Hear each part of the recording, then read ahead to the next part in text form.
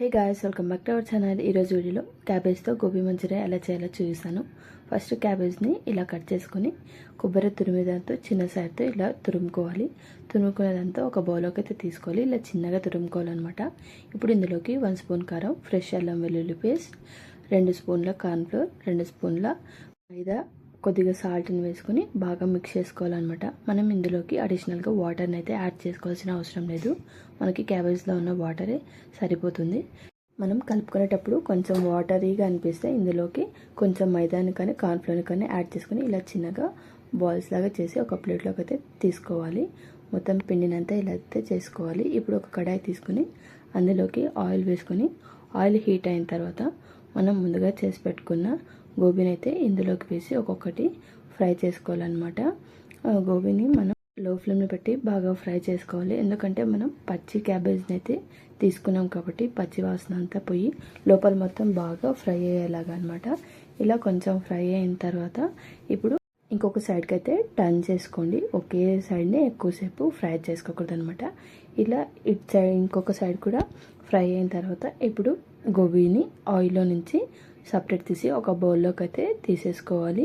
మిగతా వాటిని కూడా ఇలాగే ఫ్రై చేసుకోవాలి. ఇప్పుడు ఇంకొక కడాయి పెట్టి అందులోకి ఒక 2 టేబుల్ స్పూన్ ఆయిల్ వేసుకుని ఆయిల్ హీట్ అయిన తర్వాత ఒక 7-8 వెల్లుల్లి, చిన్నగా కట్ చేసి పెట్టుకున్న ఆనియన్స్ని వేసుకొని బాగా ఫ్రై చేసుకోవాలన్నమాట. ఆనియన్స్ కొంచెం గోల్డెన్ కలర్ వచ్చేంత వరకు ఫ్రై చేసుకొని ఇప్పుడు ఇందులోకి రెడ్ చిల్లీ ఫ్లేక్స్ అండ్ అలాగే టమోటా కెచప్, ఒక 2 స్పూన్ల వెనిగర్ని కూడా వేసుకొని ఒక 2 నిమిషాల పాటు బాగా మగ్గించుకోవాలన్నమాట.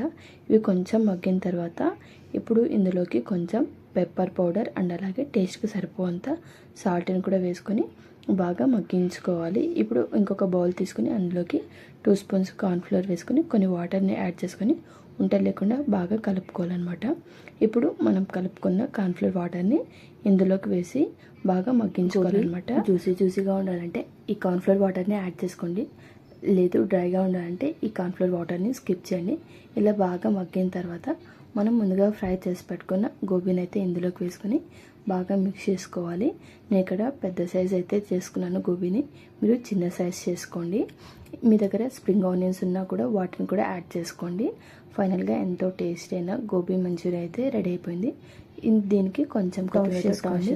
ఈజీగా ఇలా క్యాబేజ్తో గోబీని అయితే చేసుకోవచ్చు అనమాట. చాలా తక్కువ టైంలో ఈవినింగ్ స్నాక్స్కి ఇలా చేసుకోండి. పిల్లలు కూడా చాలా ఇష్టంగా తింటారనమాట. నా వీడియోస్ కనుక మీకు నచ్చినట్లయితే మీరు కూడా ఒకసారి ట్రై చేయండి. నా ఛానల్లోకి వెళ్ళి నా వీడియోస్ని చూసి నా వీడియోస్ కనుక మీకు నచ్చినట్లయితే నా ఛానల్ని సబ్స్క్రైబ్ చేసుకోండి. మీరు కనుక నా రెసిపీస్ ట్రై చేస్తే ఎలా వచ్చిందో కామెంట్ చేయడం మాత్రం మర్చిపోకండి. ఇంకా మన ఛానల్ని ఎవరైనా సబ్స్క్రైబ్ చేసుకోకపోతే వెళ్ళి సబ్స్క్రైబ్ చేసుకోండి. Thank you for watching. Please subscribe our